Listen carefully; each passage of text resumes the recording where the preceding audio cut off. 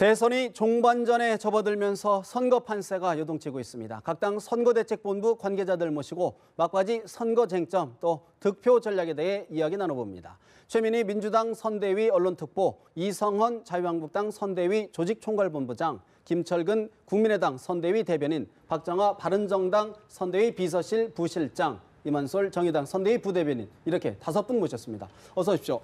안녕하세요. 먼저 주한미군의 사드 배치 비용 문제가 대선 종반전 주요 변수로 떠오르고 있습니다. 사드 배치 비용을 한국에 부담해야 한다는 트럼프 대통령의 발언을 놓고 한미 고위 안보 당국자 간의 발언도 엇갈리는 모습입니다. 더불어민주당 문재인 후보의 이야기 먼저 들어보시겠습니다.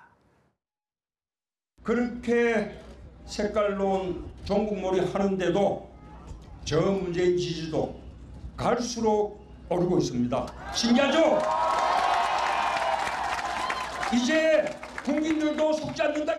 대통령 후보라는 분들이 사드 배치 국회 기준 필요 없다. 무조건 사드 찬성해야 된다. 이러니 그러면 돈도 내라. 이렇게 나오는 거 아니겠습니까?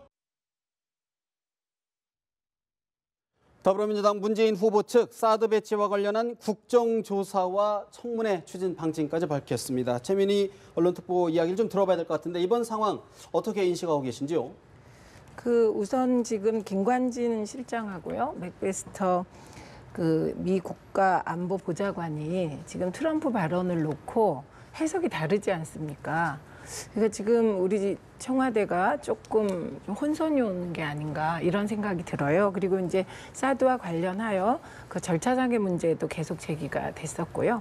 그리고 지금 이렇게 갑자기 트럼프 미 대통령이 그 사드 비용을 우리에게 내라, 10억 달러 내라 이렇게 되니 그러니까 도대체 일을 어떻게 처리했냐, 그 처리 과정을 따져보자 뭐 이런 취지라고 보시면 되고요. 그다음에 저는 이 문제만큼은 좀 각 당이 다 협력해서 국익을 우선해서 해결했으면 좋겠고 트럼프 대통령께 꼭 드리고 싶은 말씀이 있는데요.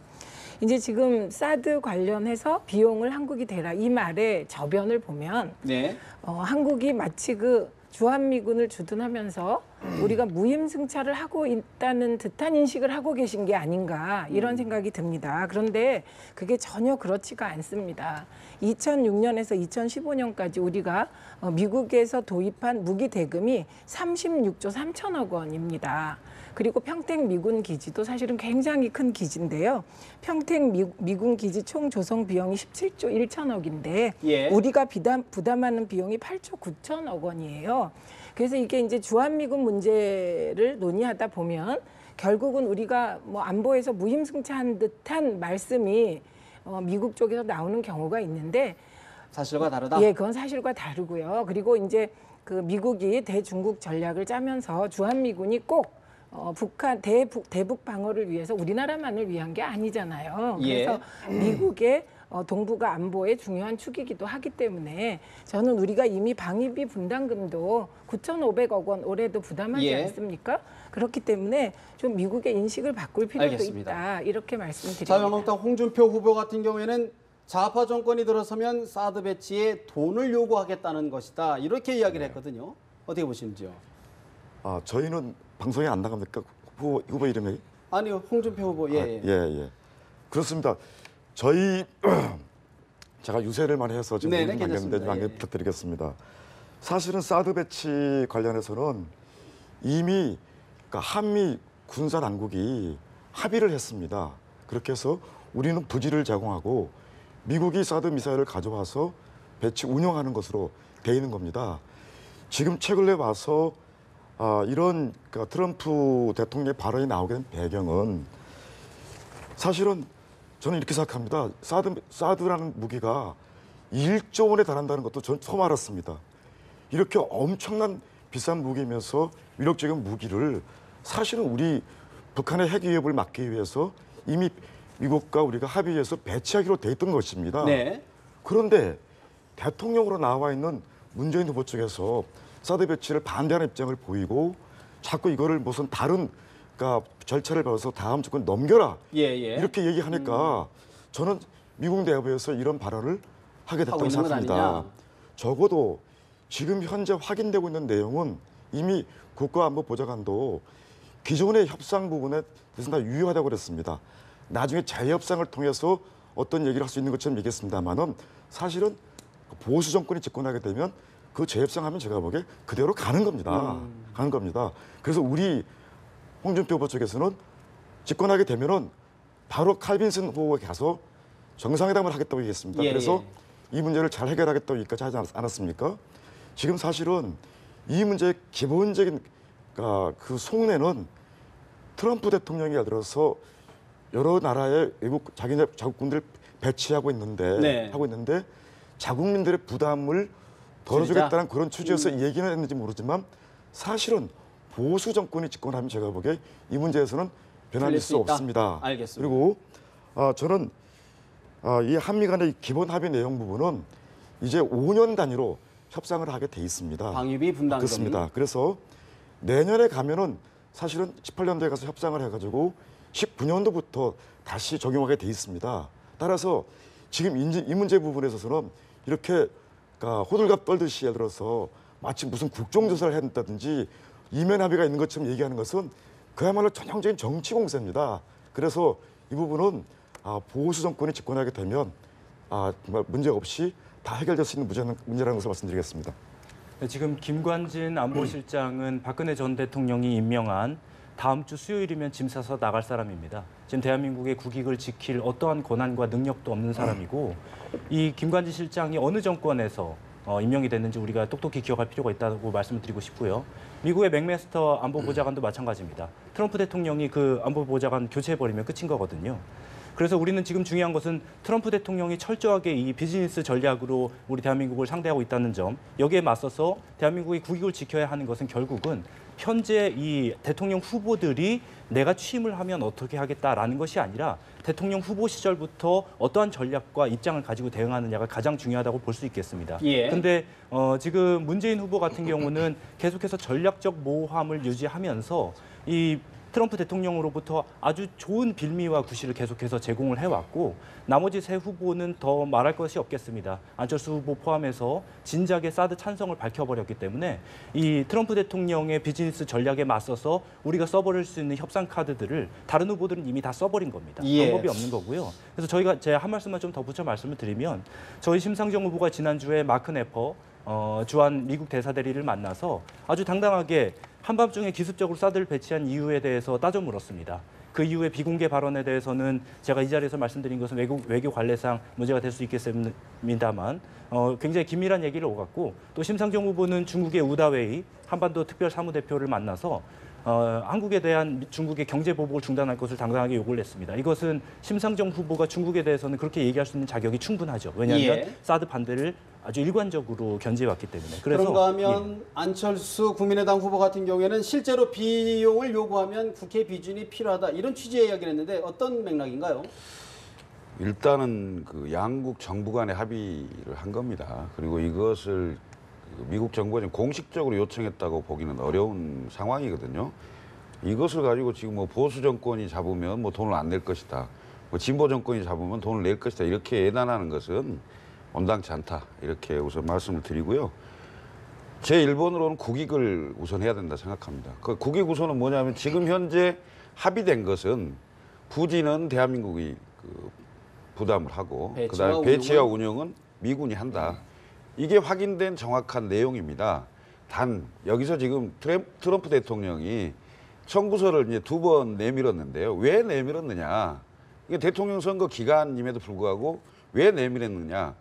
저는 사드 문제만이 아닐 수 있다라는 생각이 듭니다. 예를 들면 방위비 분담금 문제하고 그다음에 심지어는 FTA까지 걸어서 뭔가 지렛대로 활용하려고 하는 측면이 있는 거 아닌가. 이런 걸 가지고 대통령 후보들이 지금 나서서 사드 찬성이냐 반대냐 뭐 비용을 어떻게 하냐 이렇게 얘기하는 것을 진전시키는 것 자체가 향후 외교 전략상 한미 협상의 전략상 별로 옳지 않다. 그래서 저는 양국이 지금까지 합의한 부분까지만 확인하고 대통령 선거 그냥 치르자고요. 이걸 가지고 논쟁을 하고 돈이 오면 어떻게 할 거냐.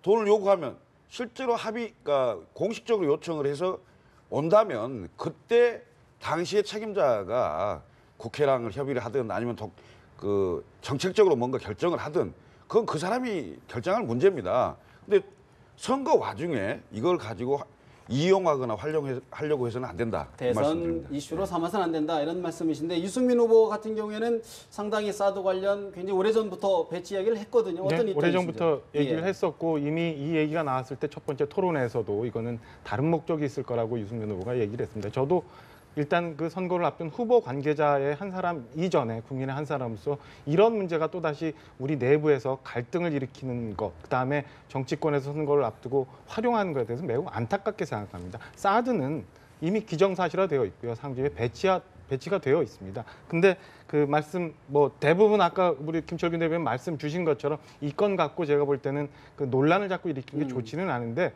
어쨌든 이게 중국의 경제 보복에 이어서 또 그 트럼프 대통령이 성동 격서식 말에 우리가 또 혼선이 생기는 것은 그 문재인 후보 같이 아까 얘기 나온 것처럼 전략적 모호성 뭐 이런 데에서도 비롯이 됐고요. 또 안타깝게도 뭐 이성원 의원님 계시지만은 지난 정부에서 3노 뭐 요청도 없었고 협상도 없었고 결정된 바도 없다. 이렇게 애매하게 그 어정쩡한 국방 외교 정책을 함에 따라서 그리고 이에 대해서 그 주변에 있는 분들이 아무도 노라고 네. 얘기하지 않고 이에 대해서 비판하지 않았기 때문에 오늘날 이런 일이 생겼다고 봅니다. 저는 사드 문제에 관한 한 우리 국민들 모두 한 목소리로 이제 더 이상 길게 얘기할 건 아니라고 봅니다.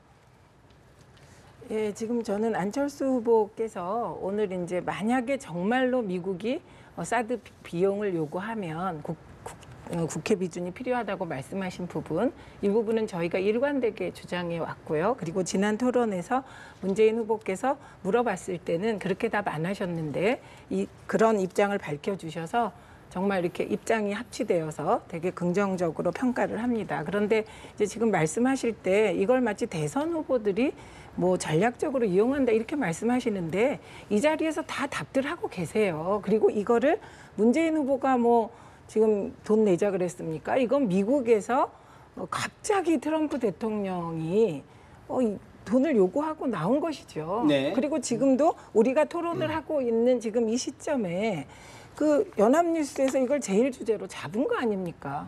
예, 저희가 잡아달라고 한 게 아니에요. 중요한 이슈가 터졌을 때 대권 후보들이 이 부분에 관해서 예. 답을 해야 되는 것이고요. 또 하나, 사드를 반대하겠다, 찬성하겠다 이전에 5당이 전부 인정한 문제가 있어요. 그게 뭐냐? 사드를 결정하는 과정에 절차적인 문제가 있었다는 거였어요. 그런 적이 없습니다, 저희는. 그러면 당연히 절차적인 문제를 바로잡기 위한 노력, 예. 이게 필요한 것이고요. 그리고 좀 알아보셔야 돼요. 왜냐하면 바른정당과 그 자유한국당이 분리되기 전에 입장이 여러 가지가 있었습니다. 사드에 예. 대해서. 아니, 그 문제에 대해서 그러면 답변 좀 주시죠. 그리고 얘기하고 그다음에 이제 그래서 전략적 모호성이 전략에 있어서 가장 중요할 때가 있고 복잡한 외교안보 사안에 있어서는 저는 전략적 모호성이 아주 중요한 태도다 예, 이렇게 생각하고요. 알겠습니다. 한 가지 더 있습니다. 지금 사드를 1조라고 하셨는데 아닙니다. 사드가요. 이게 1조 달라고 한 건 이거 중고라서 그런 거예요. 예, 다른 곳에서 보면 사드는 1조 8, 9천억인 경우가 알겠습니다. 있었습니다. 그 부분은 좀 확인을 해봐야 될 부분 예. 같고요. 제가 좀 발언하겠습니다. 네네. 지금 뭐 5당이 다 절차적으로 사드 문제에 대해서 동의했다고 그러는데 저희 당에서는 사드 문제에 대해서 원래 찬성했습니다. 아니, 절차적인 문제. 네. 그리고 지금 현재 그 말씀하실 때 사드 문제를 관련해서 트럼프 대통령이 얘기하고 있는 거를 이거 기정사실화시켜서 얘기할 필요 없다고 생각합니다. 이거는 미국의 대통령이라는 사람이 예를 들어서 자기가 전 세계에서 자기들가 주둔군을 보내고 있는데 그 유지비에 대해서 많은 부담을 느끼고 있기 때문에 자기 국민들을 향해서 지금 던진 얘기일 수도 있습니다. 그렇기 때문에 지금까지 정말 유효한 것은 우리 김철근 말씀하셨습니다만은 합의된 사항에 의해서 합의대로 하면 되는 것이고 예. 협상이라고 내가 보기에 앞으로 1년이 될지 2년이 될지 그 후에 가서 하는 것이지 지금부터 예를 들어서 거기에 대해서 마치 이렇게 돼 있는데 왜 미리서 준비 안 했느냐 이렇게 얘기하는 것은 저는 굉장히 예. 침소붕대하는 거라고 생각합니다. 한 말씀만 드릴게요. 역사와 정치는 가정이 없습니다. 지금 트럼프 대통령이 10억 달러를 공식적으로 요청한 바가 없습니다. 이것을 가지고 요청한다면 어떻게 할 거냐라고 자꾸 이렇게 질문하는 것은 옳지 않다. 오히려 우리의 협상력을 떨어뜨릴 수 있는 거기 때문에 지금 우리는 양국이 합의한 것까지만 확인하자.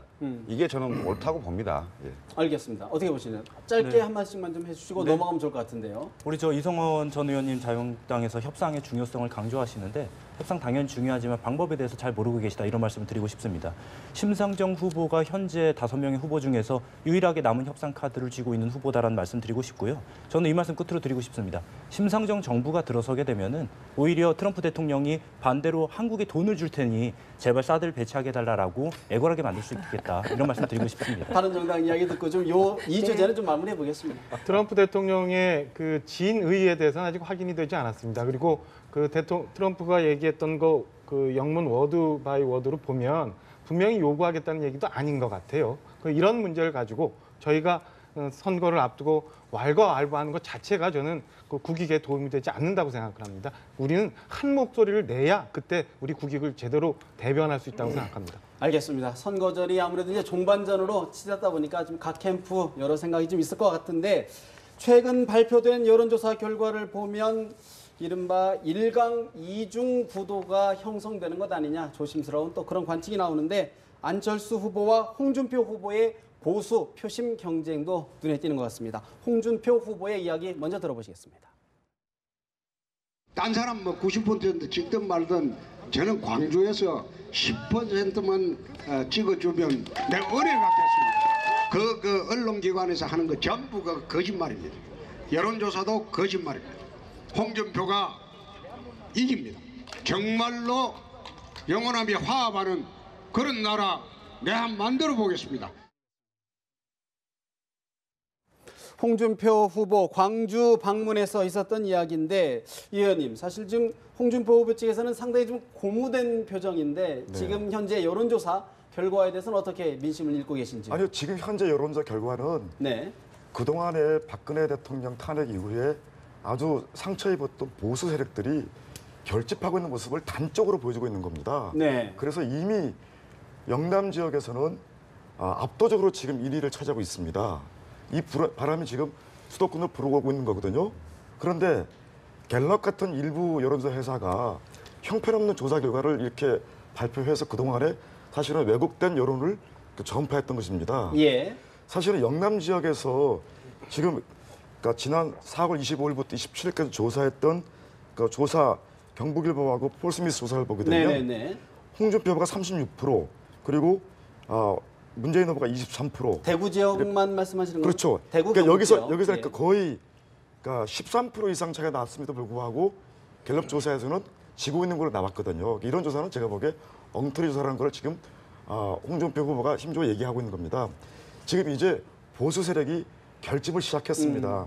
이 결집된 힘이 사실은 지금까지는 거의 15%에서 20% 가까이 되는 보수 세력들이 표심을 노출을 안 시켰습니다. 예. 이제 이것이 결집되고 있기 때문에 아마 제가 보기엔 6일쯤 되면은 이제 문재인 후보와 홍준표 후보의 1, 2가 바뀔 수 있는 네. 그런 골든 크로스 시기가 온다고 저는 생각하고 있습니다. 문재인 후보와 이강 구도가 형성될까 말씀하셨는데 국민의당 안철수 후보 입장에서는 좀 발등에 불이 떨어진 것 아니냐라는 분석이 많습니다. 어떻게 보시는지? 그렇지 않은데요. 그렇지 않습니까? 네. 우선 허위 여론조사 결과를 SNS에 유포한 혐의로 홍준표 후보 캠프 5분이 중앙선관위에서 고발됐다는 부분을 좀 말씀을 드리고요. 그리고 지금 현재 여론조사라는 게 여론조사 그 모집단 네. 표본이 상당히 공정하지 못한 부분이 많다. 그러니까 예를 들면 18대 대선에서 누구를 지지했느냐 이걸 물어보면 박근혜 후보를 지지했다는 사람이 사실은 35에서 40% 정도밖에 모집단에 들어오지 않고 실제로 투표했던 분들은 50%가 넘는 거잖아요. 그리고 문재인 후보를 지지했다고 하는 분은 50%가 넘는 예. 이런 모집단의 어떤 그 불균형 측면이 좀 있고요. 그리고 두 번째는 실제 여론조사라는 게 최근에 안 맞습니다. 예, 지난 예. 4.13 총선 때 여론조사를 보면 그 여론조사 결과대로 하면 당시에 새누리당이 180석을 얻어야 되는 상황이었는데 결과는 정반대 상황이 나왔고요. 그다음에 미국의 대통령 선거 때를 봐도 힐러리 클린턴이 여론조사에서 도널드 트럼프에게 단 한 번도 진 적이 없어요. 여전히 숨은 표가 있다 이렇게 보시는 그렇습니다. 건가요? 그래서 제가 이제 드리는 말씀은 예. 이른바 그 빅데이터 얘기를 좀 하려고 합니다. 이 빅데이터에 최근 그러니까 빅데이터가 미국 대선에서는 정확히 맞췄죠. 트럼프 대통령 당선을 예측을 했는데 저희가 최근 한 달간의 그 빅데이터를 분석해 보면 평균치를 지금 말씀드리는 겁니다. 예. 안철수 후보가 현재까지는 1등이다. 그리고 간발의 차이로 문재인 후보가 빅데이터 상으로는 2위를 차지하고 있다. 이런 부분을 네. 말씀을 드렸어요. 그래서 지금 한마디로 말씀드리면 여론조사는 민심과 여론조사의 대결이다. 이렇게 표현할 수가 있겠습니다. 그래서 저는 결국 민심이 이긴다. 이길 것이다. 네, 이렇게 사실 말씀드립니다. 이런 판세에 대해서 정의당과 바른정당도 좀 동의할지 좀 궁금하긴 한데 심상정 후보의 이야기를 좀 마저 듣고 추가 질문드리겠습니다.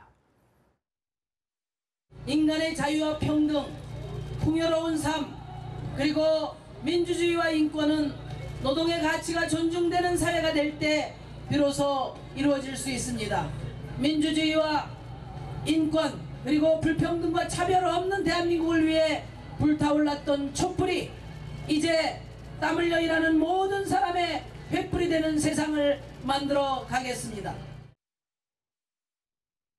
노동절을 맞은 심상정 후보의 유세 이야기까지 좀 들어봤는데 정의당에서는 지금 각 당의 선거 판세 분석 동의하시는지요? 우선은 우리 이성원 전 의원님 이런 말씀 참 죄송하지만 아까 10% 초반대 그것도 홍준표 후보에게 유리한 몇 가지 여론조사만 보고선 고무됐다고 말씀을 하시는데 지금 자유한국당이 원내 2당입니다. 의석이 90석이 넘습니다. 저희 정의당이 그 정도 의석수가 있으면은 심상정 후보 지금 지지율 1위 나올 겁니다. 이 좀 창피하게 여기실 일이라는 말씀 드리고 싶고요. 지금 지지율 추이를 가만히 살펴보면 홍준표 후보와 안철수 후보가 선거 막판에 최종 투표율까지 이르렀을 때는 10% 중후반대에서 서로 좀 발목을 잡는 것으로 그칠 것 같다라는 것이 상식적인 판단이 될 것 같습니다. 반면에 저희 심상정 후보 같은 경우는 선거 초반에 2, 3%대로 시작을 해서 현재 지금 10%에 진입을 하고 있습니다. 그리고 하루에 1%씩 오르는 정말 놀라운 지지율 상승을 보이고 있는데요. 네. 투표율 2, 3일 정도 남겨놓게 되면은 문재인 대 심상정, 심상정 대 문재인으로 신양강 구도가 만들어질 것이라고 저희는 확신을 하고 있고 예. 근거가 있습니다. 이게 촛불을 통해서 조기 대선을 열어주신 많은 국민들께서 진정으로 원하는 개혁 경쟁이 바로 이것인데 그동안 사실 온갖 작전 세력들의 방해로 인해서 이러한 신양강 구도, 제대로 된 개혁 경쟁 구도가 방해를 받아왔습니다. 근데 우리 안철수 후보님 정말 죄송하지만 안철수 후보의 지지율이 계속해서 빠지는 것은 이 작전 세력들이 만들어오는 거품을 국민들께서 이제는 걷어내주고 계시다. 이렇게 평가할 수 있겠습니다. 예. 사실 이제 바른정당 입장에서는 이 보수 표심에 대한 시각이 좀 여러 가지 있을 것 같은데 어떻게 보고 계시는지요? 일단은 지금 현재 나타나고 있는 여론조사가 최종적인 결과도 아니고 그다음에 그 표심을 좀 제대로 반영하고 있다고 보고 있지는 않습니다.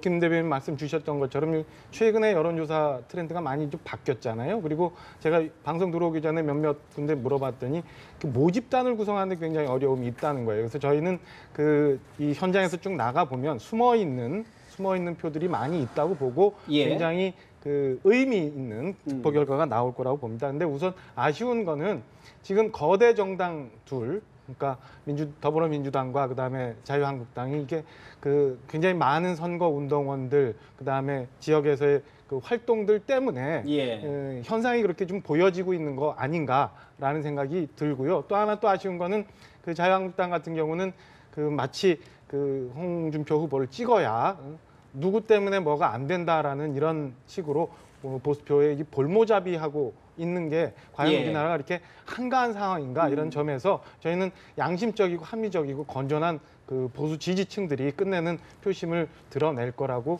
보고 있습니다. 사실 더불어민주당 문재인 후보 측에서는 지금 40% 안팎의 좀 견고한 지지세를 보이고 있는데 민심 어떻게 읽고 계신지요?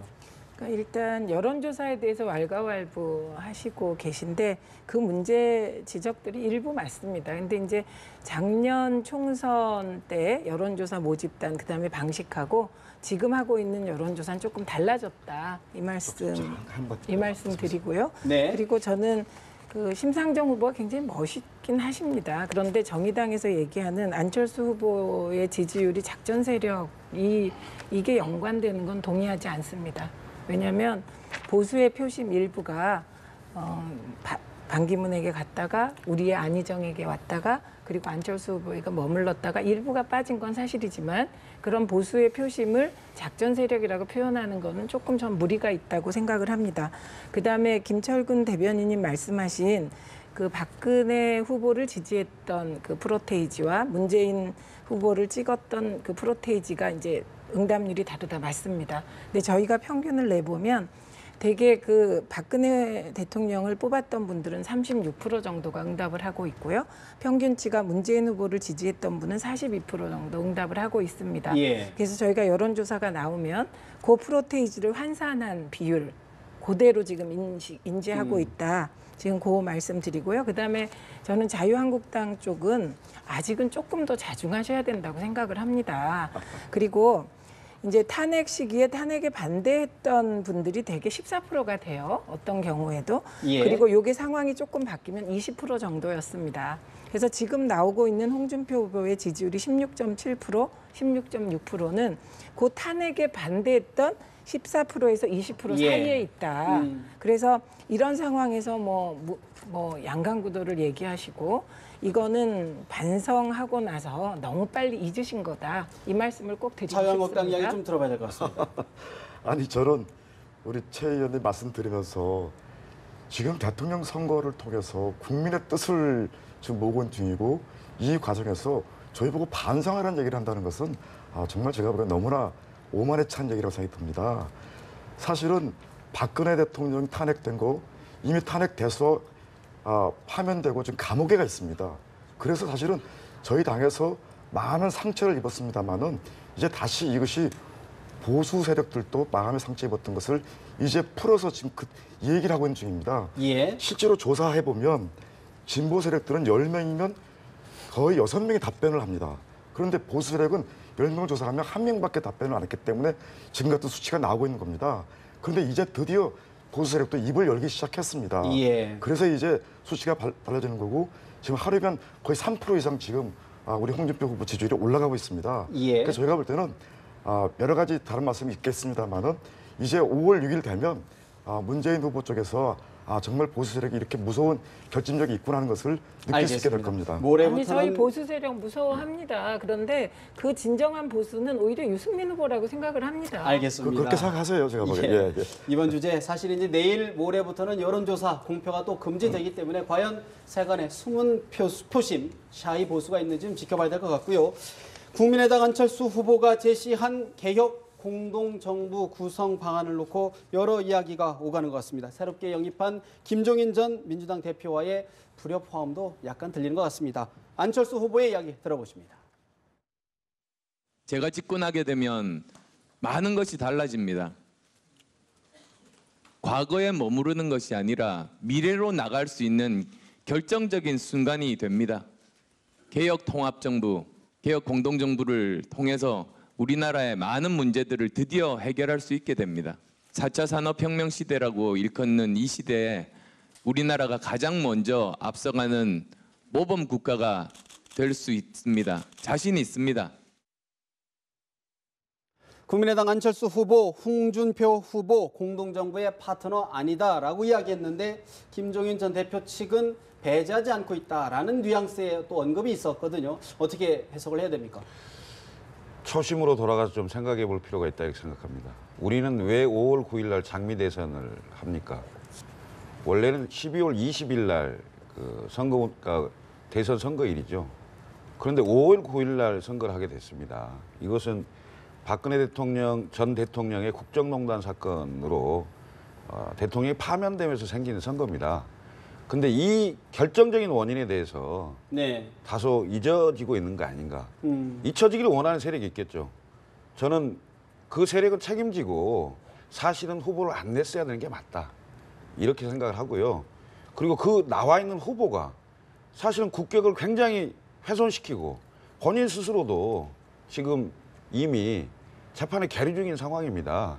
그래서 5월 9일 선거가 왜 생겼는가? 네. 그럼 국정농단 사건의 핵심은 부정부패입니다. 이 부정부패를 책임져야 될 세력은 구새누리당, 지금 현재는 자유한국당입니다. 캠프 안팎의 불협화음에 대해서는 어떻게 보고 계시는지요? 캠프 안팎의 불협화 저희요? 예를 들어서 김종인 전 대표 측의 어떤 언급들. 그 얘기는 조금 더 하겠습니다. 예. 그리고 자, 국정농단 사건이 나오게 된 핵심은 개파 패권입니다. 그런데 친박 개파 패권만 문제가 있는 게 아닙니다. 야당의 친문 개파 패권이 있습니다. 이 친문 개파 패권이 친박에서 친문으로 바꾸면 사실은 개파의 교체에 불과합니다. 예. 자, 5월 9일을 왜 다시 하냐면 기본까지 무너진 대한민국을 새로이 만들어 가자는 겁니다. 새로이 만드는 핵심은 정치가 싸움하는 정치를 하지 말자는 겁니다. 예. 여야 진영으로 나눠서 싸움하는 정치를 하면 새로운 대한민국을 만들어 가는데 문제 해결할 수 있는 정치를 할 수가 없습니다. 반대를 위한 반대만 있을 뿐 과거 정치로 해결한다. 이 말씀을 드리고요. 김종인 전 대표하고 불협화음 저는 없다고 생각합니다. 없다. 무슨 얘기냐? 같이 할 세력은 정해져 있습니다. 탄핵에 반대한 세력 같이 할 수 없지 않습니까? 그리고 개파 패권주의에 머물러 있는 그 세력 같이 할 수 없습니다. 그 양 진영을 뺀 나머지 모든 세력은 같이 할 수 있다. 알겠습니다. 이 얘기에 김종인 전 대표도 그다음에 안철수 후보도 다 동의하고 있는 거라고 생각합니다. 자유한국당 홍준표 후보도 공동정부 싸잡아 비판하고 있는데 어떻게 보십니까? 아니, 저는 우리 김철근 대변인 말씀 들으면서 저는 안타까운 게 박근혜 대통령이 물론 탄핵을 받았죠, 국회에서. 사실은 그 받아서 파면되고 지금 감옥에서 있습니다만은 본인이 유죄 판결을 받은 게 아직 아닙니다.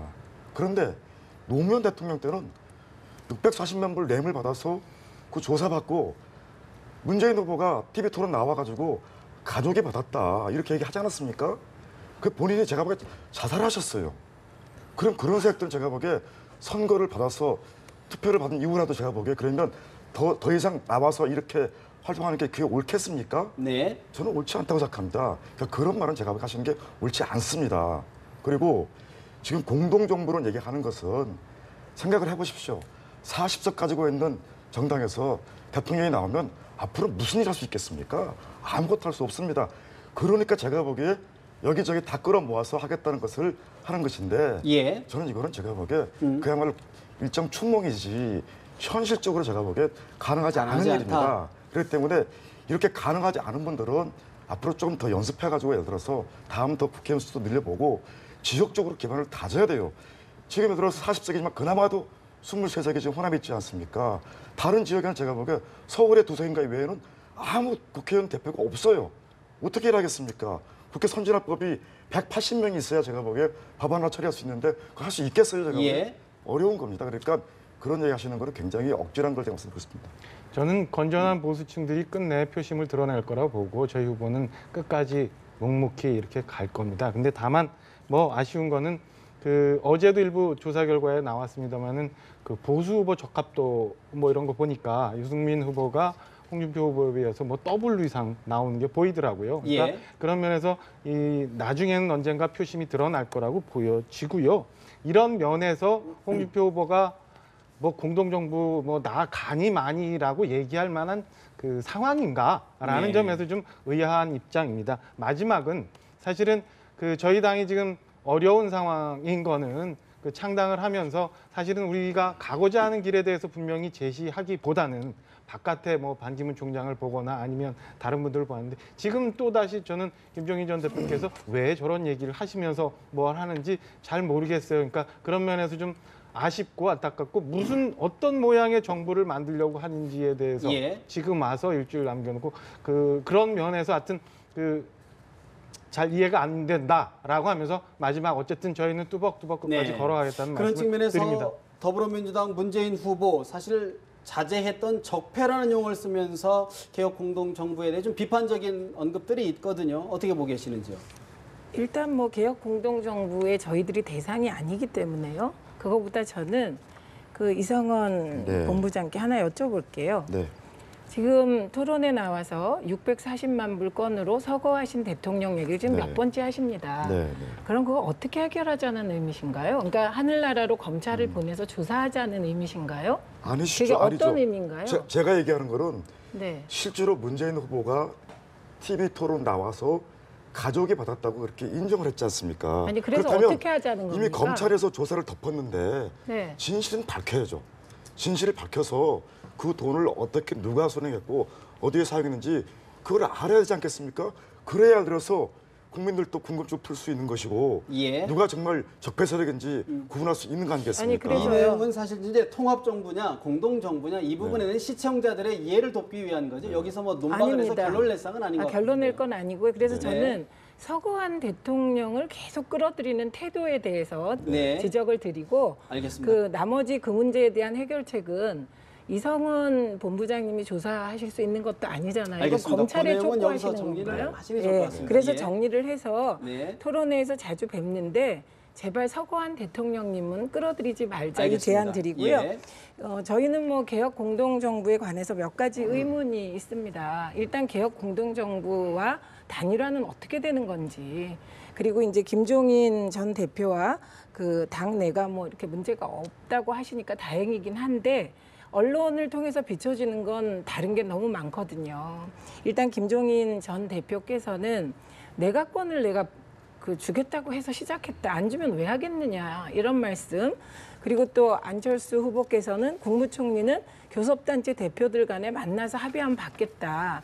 그러면 내각 구성은 김종인 전 대표가 하고 그 국무총리는 뭐 허수아비라는 뜻인지 하여튼 이상한 게 많고요. 그다음에 홍준표 후보를 콕 찍어서 박지원 대표님은 뭐 그 대상이 안 된다. 단일화 없다고 예. 하시고 김종인 지금 위원장이신가요? 위원장님은 이제 홍준표 후보도 대상이다. 이렇게 얘기하시는데 또 홍준표 후보 쪽에서 안 하신다고 한단 말이죠. 네. 그래서 이게 이제 너무나 자꾸 이렇게 문재인 후보 한 사람을 놓고 이렇게 후보를 이겨보려는 여러 가지 일들을 하시다 보니 좀 꼬이고 교통정리가 안 된다 이 말씀 드리고요.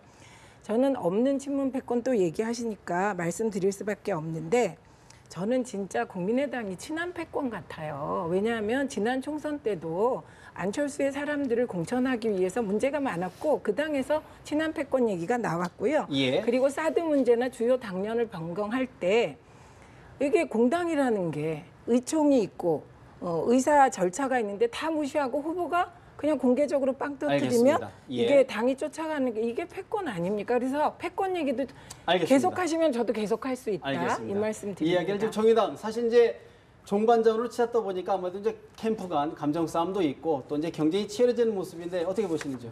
네, 이성원 전 의원님 제가 평소에 자주 뵀는데 평소 인품과는 좀 오늘 다소 안 맞는 말씀하신 것 같아서 조금 안타깝다는 말씀드리고 우리 저 최민희 전 의원님이 아까 제가 말씀드린 작전 세력에 대해서 약간 좀 오해를 하신 것 같아요. 네. 지금 이제 개혁 공동정부 이런 얘기들이 대선판에서 국민들에게 제대로 민심을 받아 안는 그런 노력보다는 어떤 정치공학적 기술이 들어가는 이런 측면들에 대해서 제가 작전 세력이다라고 얘기한 것이지 왔다 갔다 흔들리는 보수 표심에 대해서 전체적으로 제가 그렇게 말씀드리지 않았다는 점 말씀을 드리고 싶고요. 예. 지금 저 김종인 전 대표님을 활용한 기술이 좀 들어가고 있는 것 같다라는 분석들이 많이 있는데 김종인 전 대표님 저 두 가지가 있으십니다. 하나는 경제민주화의 아주 트레이드 마크 상징적인 분이신데 이번 대선에서는 이미 선수로 뛰고 있는 플레이어로 뛰고 있는 5명의 후보 중에 심상정 후보가 경제민주화를 온전히 국민들의 마음을 대변하고 있다고 말씀드리고 싶고 또 하나는 참 죄송한 말씀이지만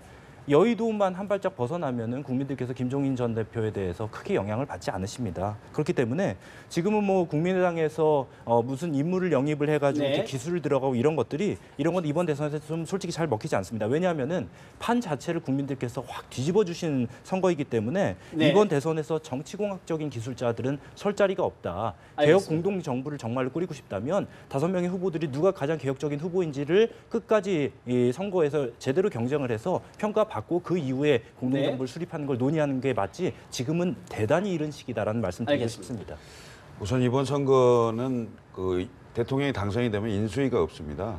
인수위가 없기 때문에 대통령 선거 끝나기 한 10여일 전에 국민의당과 안철수 후보가 그 집권하게 된다면 대통합 정부를 하겠다라는 국민들에게 비전을 주는 측면이 있다 이렇게 말씀을 드리고요.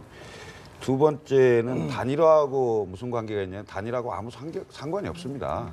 그 자꾸 그 단일화하고 뒤집어 씌우기 비슷하게 해서 그 마치 무슨 뭐 패권연 뭐 이런 식의 적폐 뭐 이런 표현을 쓰시고 있는데 그런 거하고 전혀 상관이 없다. 예. 이 말씀 드리고요. 그다음에 4개의 교섭단체가 있는데요. 국회에 모든 교섭단체가 전부 과반수가 안 됩니다. 그래서 어떤 정당의 후보가 대통령이 되든 간에 국회에서 협치는 불가피하다. 그래서 유독 40석인 국민의당만 협치를 해야 되는 건 아니다. 예. 민주당 119석, 그다음에 자유한국당 92석인가요? 94석. 4석이요. 네. 그 나머지 정당 30 이런 상황이기 때문에 어떤 정당도 조건은 같다. 이 말씀 예. 드리고요. 그다음에 이제 친문 패권 얘기 있으니까 마지막 한 말씀만 드리면 또 하겠습니다. 잠깐, 아니, 내 패권 잠깐만 제가 말씀드릴게요. 잠깐만. 됩니다. 자, 안 됩니다. 문재인 후보가 네. 있는 민주당에 당 대표로 하셨던 분들이 다 떠났어요. 예. 이러는데 어떻게 손학규, 반론을 안 해요? 김종인, 안철수, 김한길, 심지어 박지원 대표까지 이렇게 예. 다 떠났는데 다른 설명을 않겠습니다. 더 이상 설명을 않겠는데 과연 그게 뭔지 그다음에 경선 때 다른 두 분의 경쟁자가 있었잖아요. 예. 특히 안희정 지사하고 과정에서 네. 그런 많은 얘기들이 나왔다라는 것까지만 말씀을 알겠습니다. 드리겠습니다. 이게 지금 예. 시간이 이제 저희가 시간이 많지가 않습니다. 3일부터 이번 공개드리겠습니다. 예. 3일부터 이번 공개드리겠습니다. 선거가 이제 여론조사도 발표를 못하는 이제 깜깜이 선거가 됩니다. 근데 아까 말씀드린 것처럼 그 각 당에서 여론조사 트렌드나 혹은 뭐 우리 김 대변인이 아까 말씀 주셨지만 이렇게 존경하는 이성원 의원님 옆에 계신데 송구스럽지만은 그 여론조사 이상한 것들 해가지고 벌써 선거법으로 조사받고 뭐 있는 일도 좀 있더라고요. 그러니까 네. 국민들이 그 정말로 이 위중한 때 어떤 대통령을 뽑아야 되는지에 대해서 정말 객관적으로 옳게 선택할 수 있도록 이런 가짜 뉴스 자꾸 만들어내지 말고 그다음에 서로 그 진영 간의 표를 흡수하기 위해서 막 막말하고 편가르고 이런 거 없애버리는 그런 선거가 될 수 있도록 예. 우리 관계자들 모두 노력해야 되는 거고요. 국민들도 그에 맞춰서 투표해야 된다고 생각합니다. 유승민 후보 끝까지 갈 때 한번 꼭 봐주십시오. 알겠습니다. 예, 저는 제가 가능하면 이제 정치 공세는 안 하려고 애를 씁니다. 근데 지금 정치라는 게 그런 거 아닙니까? 김종인 전 대표께서는요, 안철수 후보한테 정치에서는 안 될 사람이라고 그랬어요.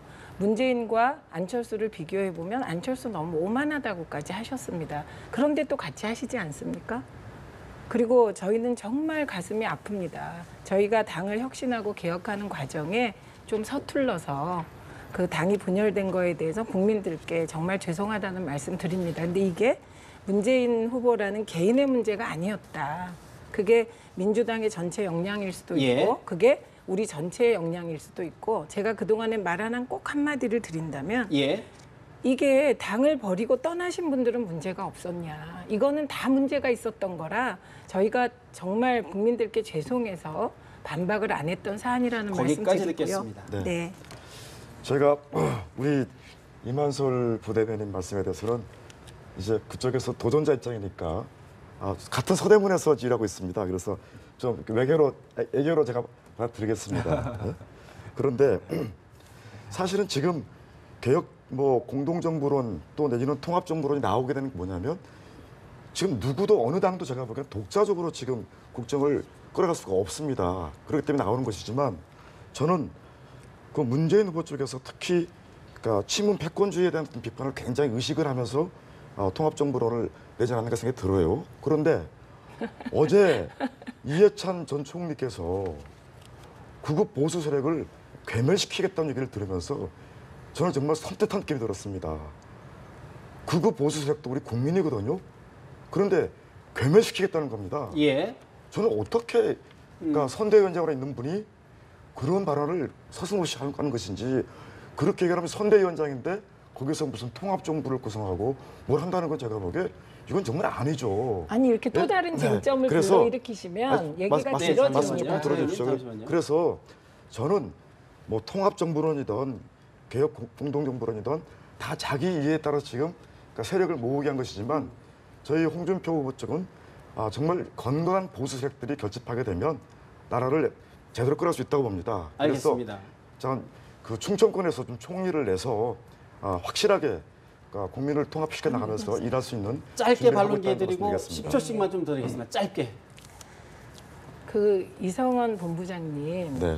그렇게 국민과 저희 당을 이간하시면 곤란하시죠. 아니, 어제 지금 말씀한 게 사실이 어제 아닌가요? 말씀드린 네. 극우 보수세요? 극우 보수신가요? 아니, 왜 이렇게 극우 보수라고- 반응을 그렇게 하세요? 예. 그거 보시는 기준이 시청자들이 보고 어디를 두고 계십니다. 봤을 수 저희는 있습니까? 합리적이고 건강한 보수로 보수가 재편되기를 기대합니다. 네. 그런데 일부 극우적인 입장을 가지시는 분들이 계세요. 그거 인정하시잖아요. 아니, 어떤 예, 소리까지 그런데 구구라고 말하는 거예요? 그래서 그 논쟁을 지금 하시다면 얼마든지 할 수 있습니다. 저도 근데 한번 하시죠. 아니 예, 제가 예, 네. 중요하게 생각하는 거는 추가로 시간이 다음 기회에 또 있을 거라고 네, 그 생각하고요. 극우 세력은 국민이 아닙니다.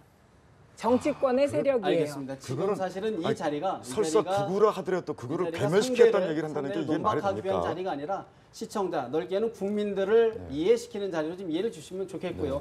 지금은 저희가 준비된 시간이 마무리가 돼서 더 이상은 바른 기회를 드리기가 딱 한마디만 하겠습니다. 이렇게까지 와서 두 분이 싸우는데 과거 정치입니다. 알겠습니다. 미래로 갑시다. 하지만 듣고 저희가 죄송하지만 정리를 해야 될 것 같습니다. 아주 잘하셨습니다. 오늘 말씀 여기서 줄여야 될 것 같습니다. 5분 말씀 잘 들었습니다. 이성원 자유한국당 선대위 종괄 조직본부장, 최민희 민주당 선대위 언론특보, 김철근 국민의당 선대위 대변인, 박정화 바른정당 선대위 비서실 부실장, 이만솔 정의당 선대위 부대변인과 5분과 이야기 나눠봤습니다. 말씀 잘 들었습니다.